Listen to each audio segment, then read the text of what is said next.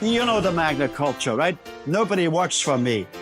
You people work with me. I'm working for you.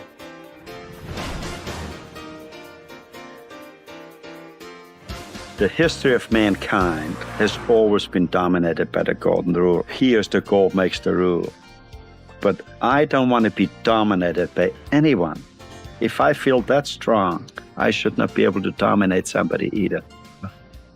Welcome to another episode of Fair Enterprise, the road to economic freedom. I'm joined here once again with the legendary Frank Stronach, one of Canada's most successful entrepreneurs, the founder of Magna, also referred to as the Magna Man. Frank, today we're going to talk about a new initiative that you've embarked on, which is the Stronach Academy for Entrepreneurs, SAFE, as you call it. First of all, it's great to see you again. It's always interesting and joyful too when we talk about the economy, right? Because most women don't talk about the economy, so I appreciate that you have a lot of interest in the economy. So why have I created another? So Frank, you own a number of different enterprises. You're constantly working on new projects, from launching a micromobility electric vehicle to agriculture to horse racing, and now you've embarked on creating an online academy for entrepreneurs. And you've separated it between young entrepreneurs, so aspiring entrepreneurs who just graduated from high school or from university or college, as well as small businesses that would like to scale up. So what is your rationale and your reason for launching the academy, and where do you find the time? I'm also involved quite a bit with horses, right? And there's an old saying in the horse community: when you have a good yearling, that means a good young horse, you'll never die, because you want to see that horse win. Call it the Queen's Plate or the Kentucky Derby or whatever, but it's a real saying amongst the horse community. If you got a young, prosperous horse, you'll never die, right? To me, it's maybe a bit similar, right? If I have an idea and I say, gee, I should get that idea, I should do something about it and get it going, it could benefit so many people, right? Usually any enterprise should benefit society, but at the same time, I think if I'm involved in this interesting thing here, then my mind never thinks about being sick or this or that. So I think maybe there's a relationship to it. But anyway, it's always great to come up with ideas, and it's an ongoing process, especially when you get older, right? When we're young, we all hustle a bit to make some money so that you can live in dignity and support the family. But when you get older, right, basically, you assess your life and say, what's the purpose of your life? Or I think basically, I'd like to get the message across: everybody should have a purpose of life, right?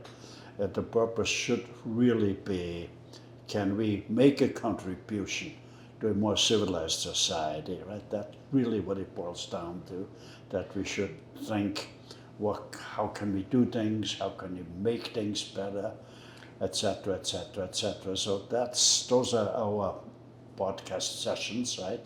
Why we want to bring forward new ideas, which basically society or people will benefit from it. And our viewers get to pick your brain, get insights from your experiences in so many different industries, your successes, and tap into your wisdom.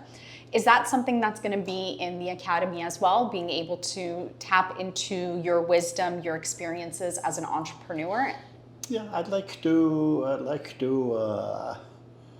my mind's still very good, a little forgetful from time to time, but I got people around me here which always remind me. So it's an ongoing process, especially the school system is a little weak, right? Okay, there's many things in our society are weak, but we have to improve the school system, And again, I'm saying over and over, the most important thing is the economy, or call it number one. The most important thing is to be healthy and to have freedom, right? Economic freedom is something that economic freedom. Well, you speak about a lot. You know, if it's freedom, right? It's and that would be what should include economic freedom, because if you're not economically free, you're not a free person, right?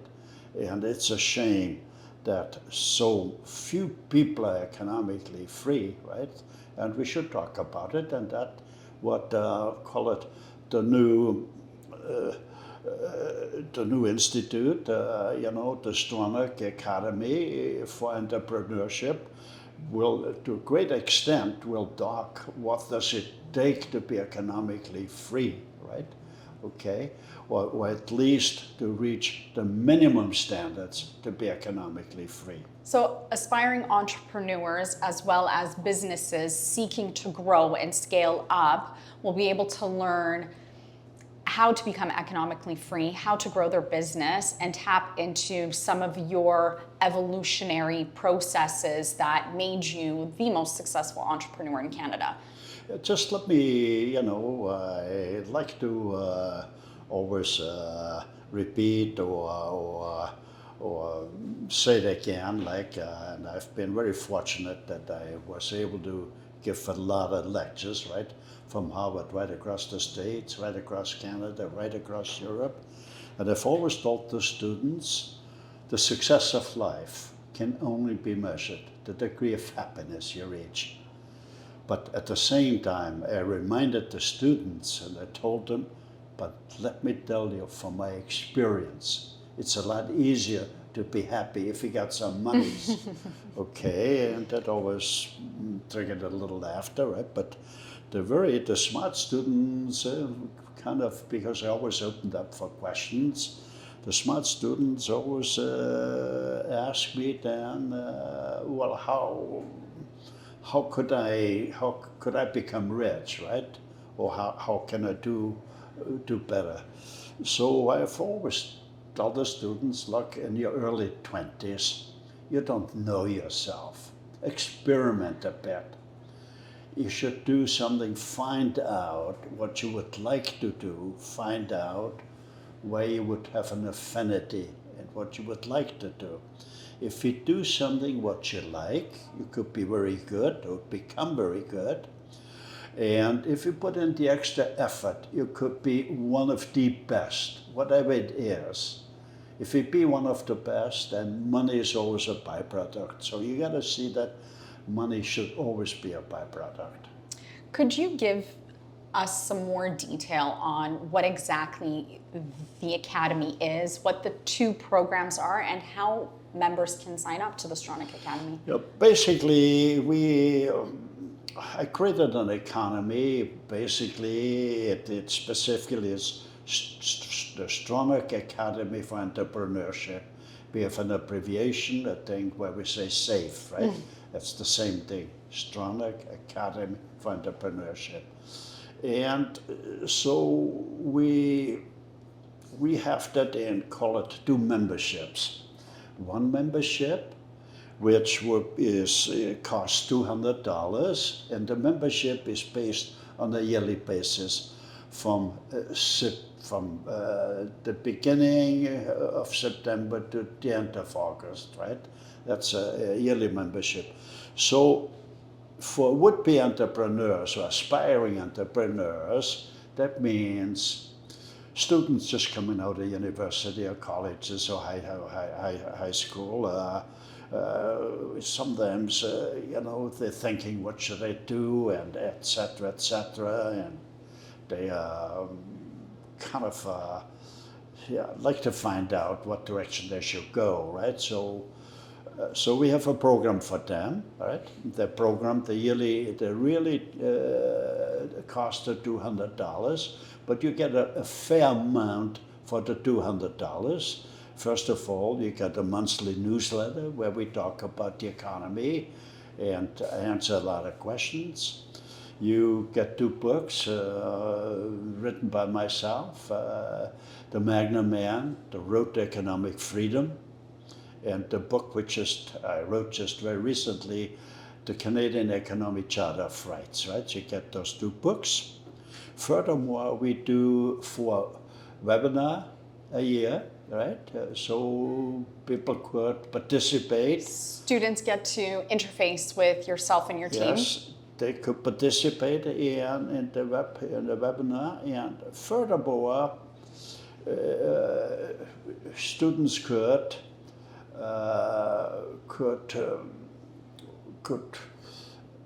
ask for the answer for 3 questions they could submit on a call. Personal business questions? It doesn't really matter, right? I hope it's business, right? Okay. So those are personal, mainly personal business questions, which we would do 3 a year, right? Or they could every 4 months. They could maybe they learn something, or like to get more know-how about something and say, that's another question I want to ask, and I like to get it answered, right? So those are the things we have for, call it the aspiring entrepreneurs, right? Then we have a second program, and that's where they step up for call it small businesses. And there's a little how do you difference. define small businesses? How does somebody Well, know that it's an appropriate program for them who's already we define an small entrepreneur? businesses basically below 300 employees, right? But for questions or that you could join, you could be, we have no, there's no problem. It could be 400, 500, 1,000 people, right? Okay, because that program it's on a yearly basis, it's $400. And again, you get the same thing. You get a monthly newsletter, but more geared towards the small businesses. And they can participate again on a separate webinar. And they also could ask for 3 business questions every four months, right? Okay.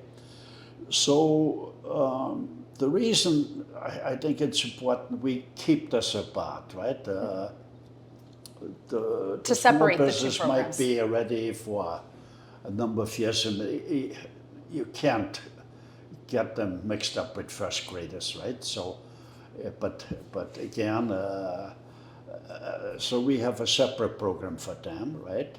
A separate webinar for them, and a separate newsletter, right? Okay, so so that should be very exciting. The very important thing I should have maybe said at the beginning with, they both the aspiring entrepreneurs, the first 2 months, September, October, they could attend. They would not have to pay. So you're offering a free trial for the first 2 months? Yeah, for the 2 months to see. They got to get the feeling, do I benefit from what the people say? Call it the management team of the Stronach Academy. I'd like to point out that most of the time I will still play a heavy role, and I will attend a lot of webinars, and so students get to interface with you. And monthly newsletters for I think that keeps my mind going. I think that helps me to stay young, right? And who doesn't like to stay young and being healthy, right? Okay, so that's so both the small businesses have they can assess, is it worthwhile to enroll?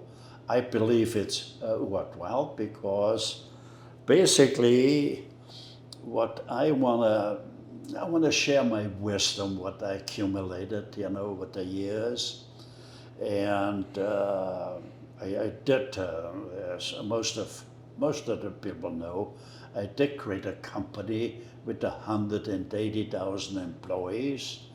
You know, that was over 400 factories in over 30 different countries. So. And till this day, you continue to start and grow businesses in other sectors. Yeah, and so what I could reflect on or could point out, you know, you have different structures. You know, when you start out, maybe 5 employees, or if you get 1 employee, I started out as being 1 employee, and even as a 1 employee, you gotta have a structure, right? Yes. It's a simple one. Basically, you know, don't sleep in, get up in the morning and try to be healthy, focus and put your mind to it, and get home when you're sleepy. That's great advice. Right? That's great advice. That's like the first formula, right? if you be the only employee, right? But I mean, it's good to see always like. Every dress should have a little humor, right? Mm-hmm. Life's a little easier. Good ideas come easier too when you approach it more from a humorous side, right? The little humor should always be built in, right? Great business advice and great personal advice. So my worries are that the present school system, it does not teach the economics, okay? Mm-hmm. And sometimes I ask myself, how come? And I came to the conclusion a long time ago that the world has always been ruled and dominated by the golden rule, by the people which have the gold, which make the rules, right? And they still are, but you don't see the kings no more, right? Or the very rich. They might be in Hawaii, they might be in Beverly Hills, they might be in Monaco, but the very rich don't want to share the profits with the working class. So that is something which always stuck in my mind to a certain extent, for the simple reason, you know, there were times when I was hungry not because I wanted to lose weight. I was hungry, I had no money to buy food. When you experience that never would leave you, right? And that's burnt in your soul and say, gee, so my thing has always been, how can we eliminate poverty, you know, over and over, okay? So the school will, you know, teach the real economy, right? Okay. And the amazing thing is that there's one thing, and very seldom you get politicians agree on everything, right? Mm-hmm. Okay. Especially with business people. There's one thing all the politicians, all the business people, pretty well all people agree, if the economy doesn't work, nothing else will work. Okay? And it's amazing, right? It's the most important subject, besides being healthy, yes. And besides freedom. Yes. It's the third very important, right? Because if the economy doesn't work, all the politicians, again, all business people agree, if the economy doesn't work, you cannot feed the hungry. The economy doesn't work. You cannot look after the most fragile people, the elderly, the sick, and the handicapped. But we do not talk what drives the economy. The economy is driven by 3 forces: smart managers, hardworking employees, and investors.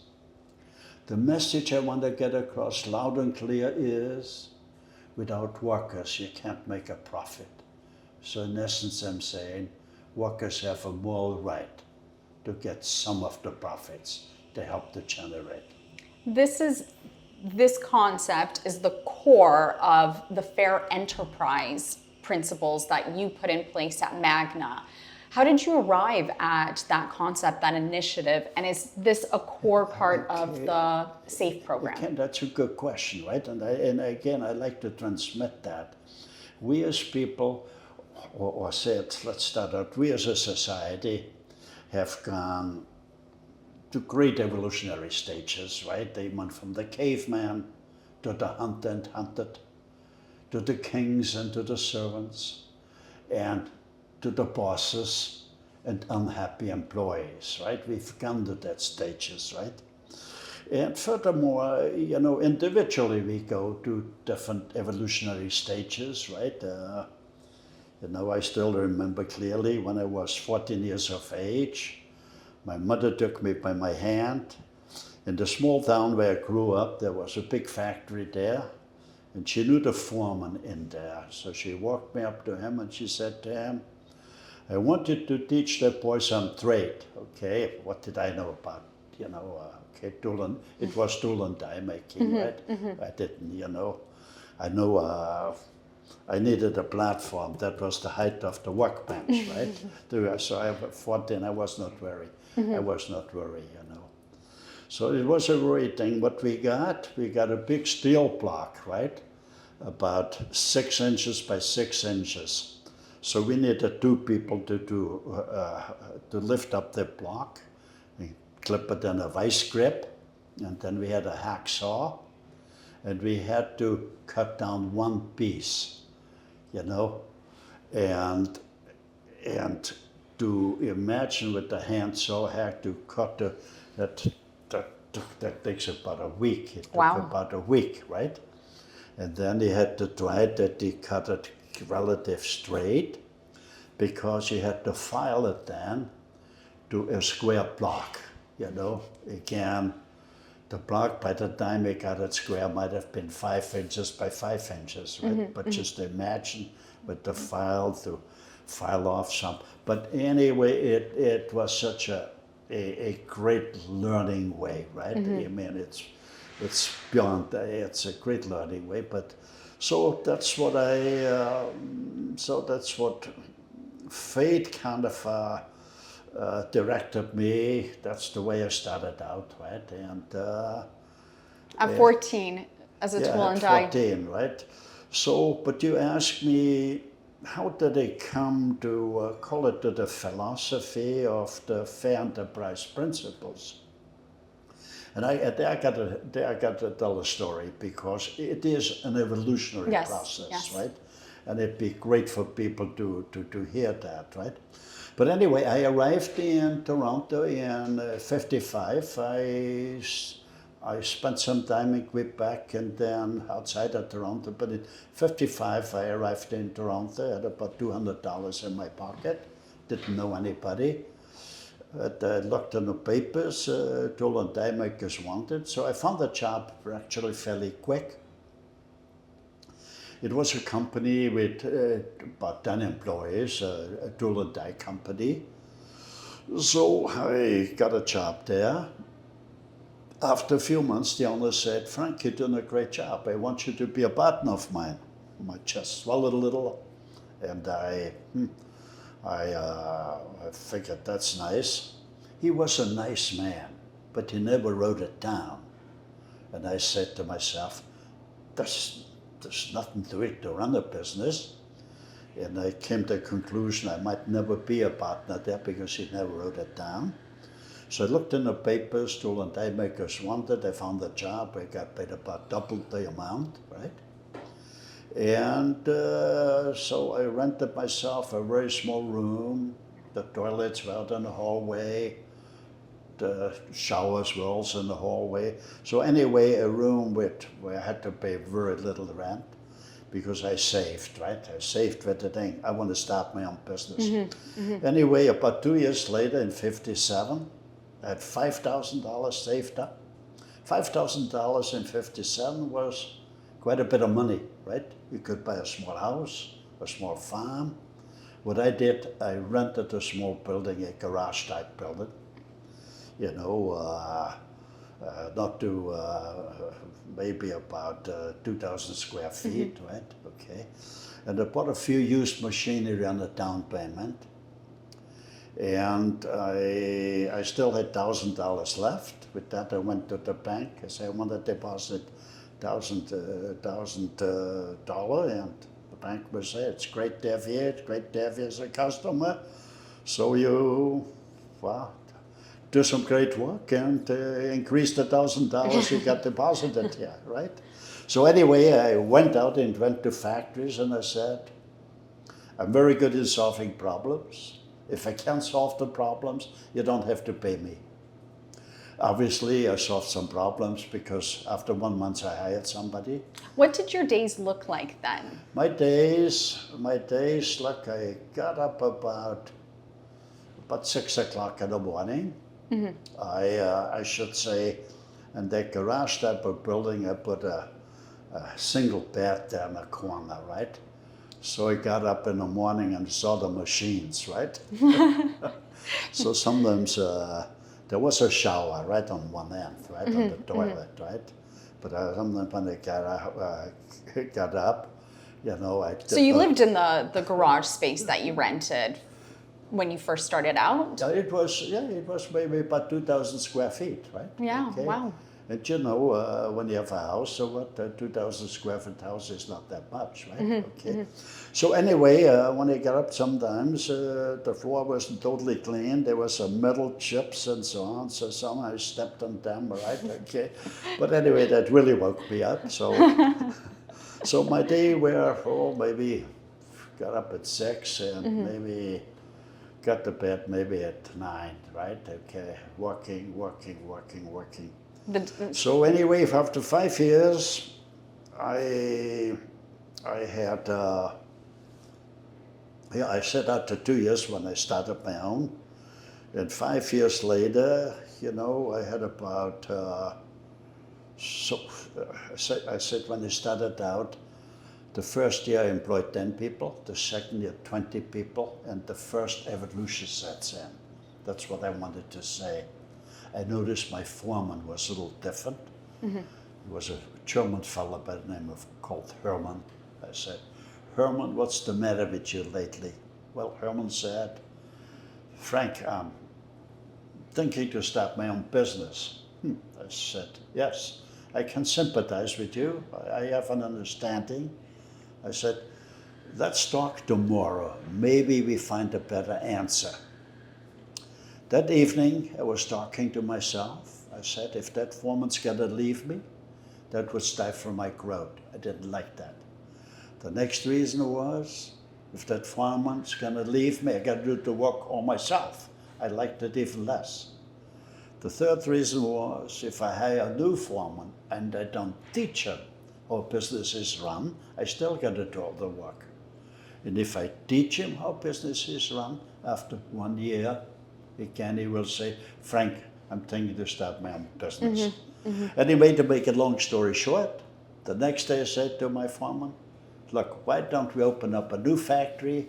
You own 1/3, and I own 2/3. He looked at me and said, do you mean that? I said, yes.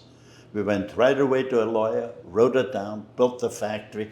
That was his factory, right? He was so proud, right? He worked like crazy, right?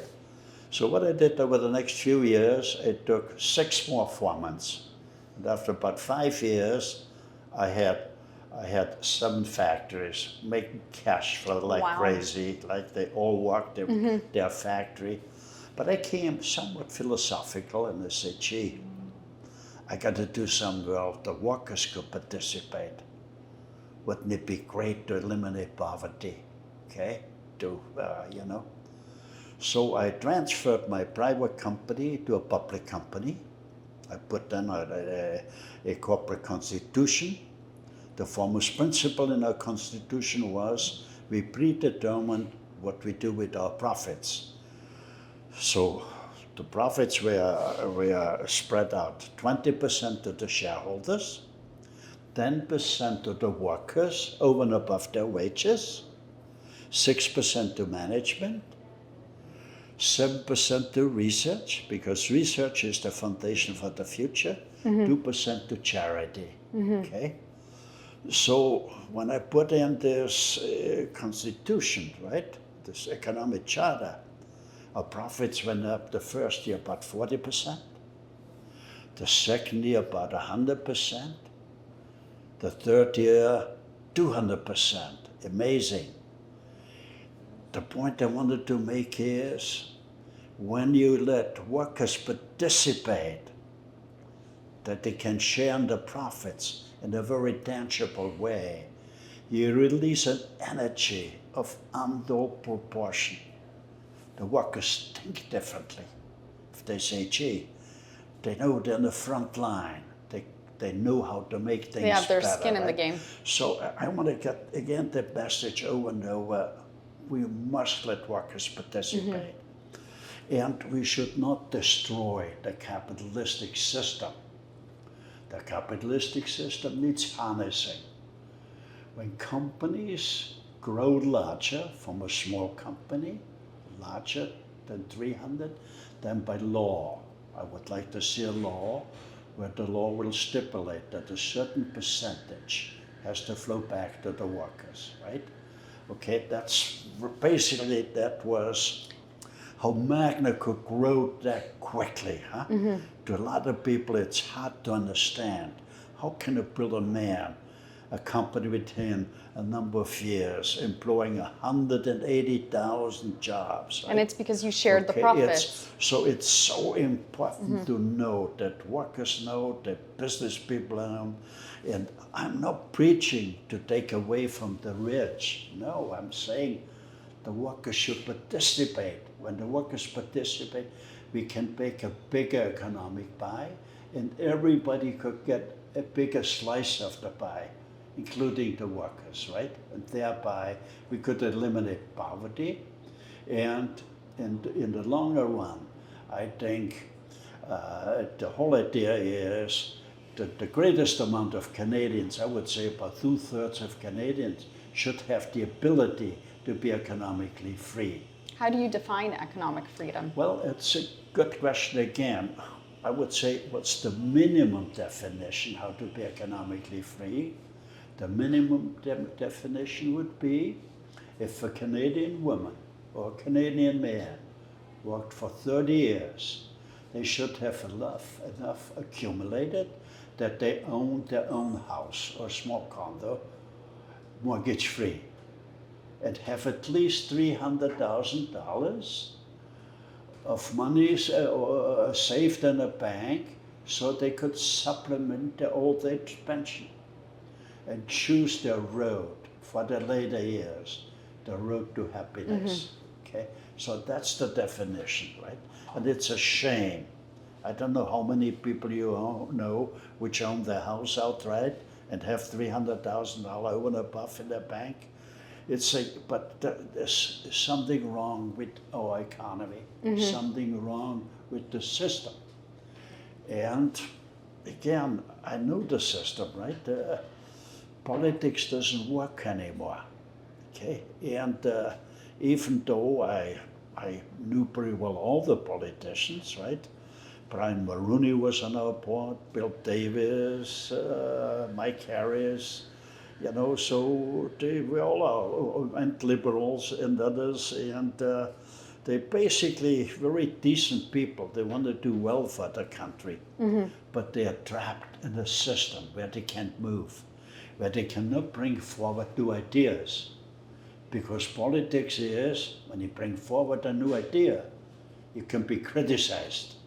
And anything new could be criticized. So especially when young politicians sometimes go in with full of fire and energy, I want to change the country, the older politicians say, you cannot say that because we won't be elected. And they say, if the other party gets in, they're much worse. Things will get worse, right? So that's They're chained. thing. So we gotta, the politicians are trapped in a system. So we gotta change the system where the politicians can be more free.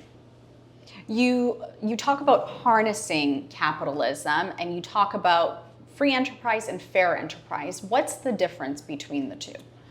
Well, free enterprise, basically, I should point out though, without free enterprise, you haven't got a free society. Free enterprise is built on freedom, right? But as we grow, as society is developing, you know, I know many great capitalists which are good corporate citizen, good citizen of society. I also know some which are very greedy, right? And sometimes greed needs harnessing, right? Okay, so when you do get larger, then under the free enterprise system, a percentage of the profits have to be paid to the workers. Okay, and so the fair enterprise system recognizes that for the economy to grow or to make things, it takes three forces. It takes smart managers, it takes hardworking employees, and it takes investors. Okay, so that needs, when you get larger, that needs to be defined. Okay, there should be some guidelines. That's why it's called fair, not free. It's fair. Free enterprise is under the teachings of the fair enterprise system. Free enterprise is we should allow companies below 300 employees to operate under the free enterprise system. Free enterprise means practically no regulations. But we as a society, we do need some regulations. The small business would have to follow two regulations. One is workplace safety. You don't want to see people getting badly injured. And they should not be allowed to put poison chemicals in their backyard, right? So, but get all the other rules off. Especially small businesses should not pay a business tax. They make very little money, very little profits. They want to grow. They rather hire an employee than give the money to the government. The employees will pay the wage tax or income tax, and governments make more monies with the income tax than the business tax, right? So that should be understood. If we could set small business free, small business is the key for Canada's future, right? Because you can only change things if the timing is right. Unfortunately, the timing will be, yes, it'd be okay to change the system, but there will be a lot of hunger, right? Because the fridges, the recession will be very severe, and that means the fridges are going to be half empty, okay? And over and above to change things, you need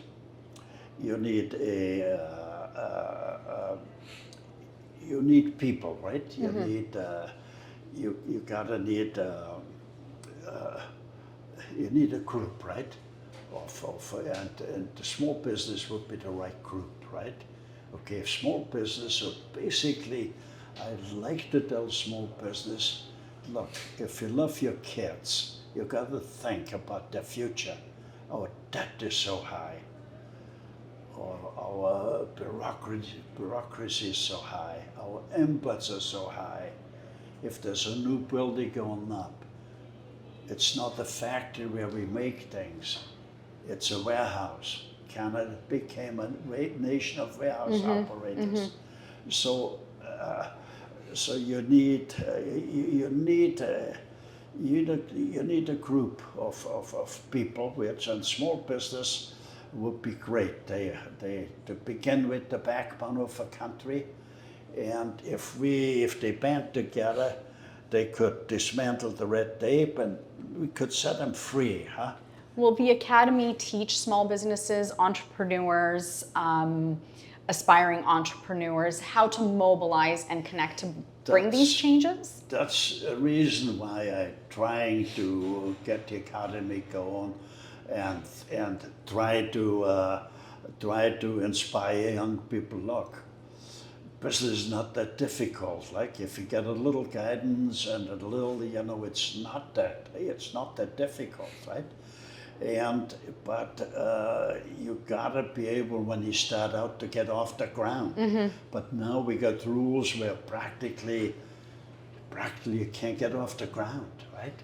Okay, so we got a small business has to band together and take off the rules, right? We're small business, there's about 1 million small businesses with their family, they have a voting block, right, of a few million, votes. And they could change the country, right, for the better. Even that be better for the politicians, right? Because the politicians could then stay with political issues. The very key is we gotta get Canada again on a sound economic foundation, right? That's the key. That's why small business can play such a great role, and the academy could play a great role because that is, university don't teach entrepreneurship because only an entrepreneur could teach entrepreneurship, right? A bureaucrat cannot teach entrepreneurship. No. And most professors can because they haven't paid wages, right?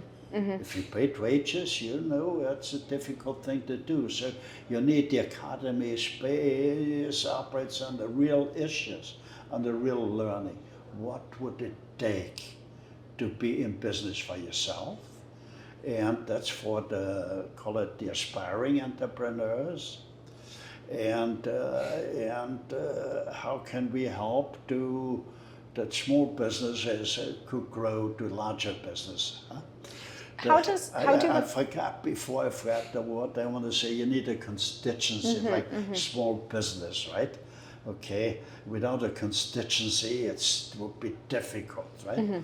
So small business is the backbone, and I'm trying to appeal to small. Look, if you love your kids, there's no future, right? We gotta reduce the debt.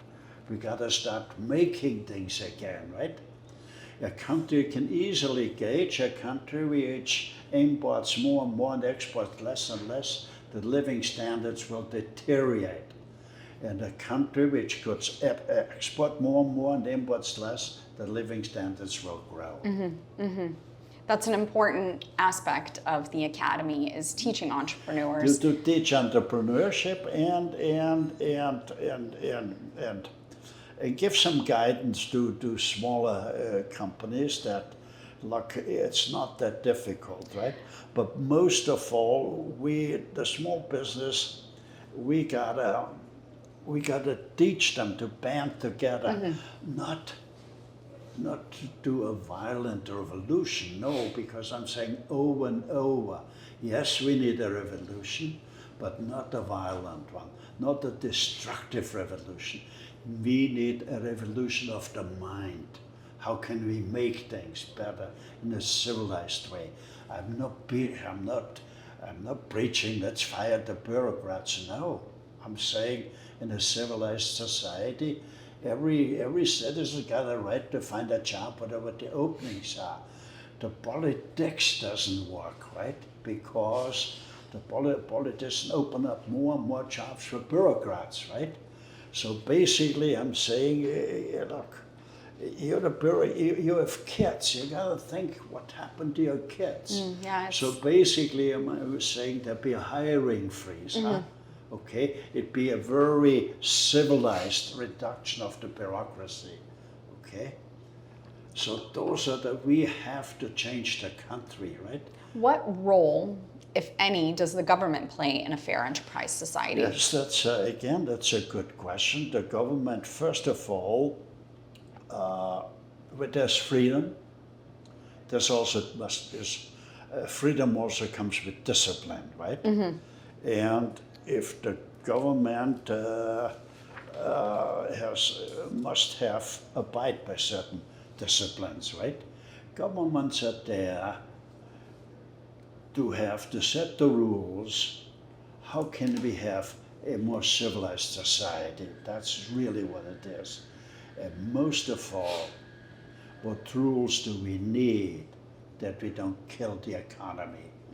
What rules do we have that our economic arteries are not full with cholesterols, right? And the That's engine why keeps it's turning. so important, right? But we have, part of the teaching would be, the academy also would teach about the economic charter of rights, right? Because it's the economy, the economy, the economy. If the economy doesn't function, if there's nothing, if there's only government officials, government employees, how can nothing will work, right? Okay. And people got to realize governments can't give anything unless they take it away from you in the first place and waste maybe 80%. But again, I'm not pointing it. Unfortunately, the politicians got trapped in the system. I'm trying to show them a way how to get entrapment, how to get the chains off, that we can have a very civilized country, right? With good constructive government. So governments must have balanced budgets, huh? That's the first thing. You cannot, like every housewife knows, she cannot spend more than what her husband brings in. Otherwise they wind up in a poorhouse. Every farmer knows he cannot spend more than what he gets for the crops. Otherwise he loses the farm. So the laws of nature are so strong. We just follow the laws of nature. You cannot spend more than what you cannot make that. Huh? So that's a very important thing to. And again, I'm not saying take a chainsaw. I'm saying in 20 years, every year, a small percentage. And in 20 years, Canada should be debt free. So young Canadians would not have to pay a mortgage, okay? And the other thing, it's important to dismantle constructively, call it the regulators in small businesses. Okay? Unchained small business. Unchained small business. Those are the two roles, the most important roles governments could play. And by that, they would be free. Huh? We can unleash small business. You could bring forward in governments good programs if they make good common sense, and you would get approval, right? So finally, thank you for all of your insights, Frank. Very informative and a very important initiative that you're on, which is growing entrepreneurship in Canada and mobilizing and empowering entrepreneurs to ensure that Canada has a fertile ground for small businesses, which has always been the backbone of this country. That'd be crucial. So How does one sign on to the Academy, which is, I think, the question everybody has. You show, it's great to see that women also show great interest for the economy, because actually women really, they got the toughest jobs, right? They got kids. It's it's the most to make the budget balance, right? Okay. So it's great to see that women do show an interest in the economy, because I think it's we're all very affected important. by Yes. it, right? And most of all, We have a I great think- concern for the I future of our think, children. we're starting out to say we would like to do a weekly, podcast where we talk about the economy, where we talk what does it take to become economically free, what does it take to eliminate poverty, what does it take to that our kids grow up healthier, because right now all our kids have allergies, and we know that 95% of the food eaten comes from industrial farms. And in industrial farms, you see no more eagles fly. Why? There's no more rabbits. There's no more pheasants. We spray so much fungicide and pesticides. We kill everything. So via podcast, I think we have a chance to get our message across. And to right? educate people on the economy and what they can do. We bring it forward in a very logical way, not convoluted, not the thing here. So I think I think we gotta get the message across. It's the economy, the economy, the economy. If the economy works, your chances are to have better, healthy children. Yes. And happy people, but most of all, we gotta see Canada should be the first country in the world which would adopt an economic, which would fortify its human charter of rights with an economic charter of rights. Wouldn't that be great, huh? We would be a better world. Okay, Thank so you. we'll have some more podcasts, and we try to inform a lot of our listeners. Tune in, and we'll notify them that we maybe do the podcast at a specific time, so they could be aware and participate.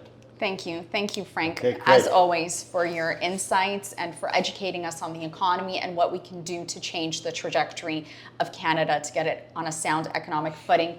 If you are interested in joining the Stronach Academy, you can go on stronachacademy.com and sign up. As Frank mentioned earlier, we're giving a 2-month free trial to test out the Academy, to decide if you want to stay on for an annual membership, which I'm certain you will, with all of the insights, all of the experience, and the wisdom that you receive from Frank Stronach, Canada's most successful entrepreneur, also dubbed the Magna Man. Thank you for joining us, and we'll see you on the next episode of Fair Enterprise, The Road to Economic Freedom, where we'll get more insights on the economy, on fair enterprise, and on a civil society and the blueprint that we need from Frank Stronach. Thank you for joining us.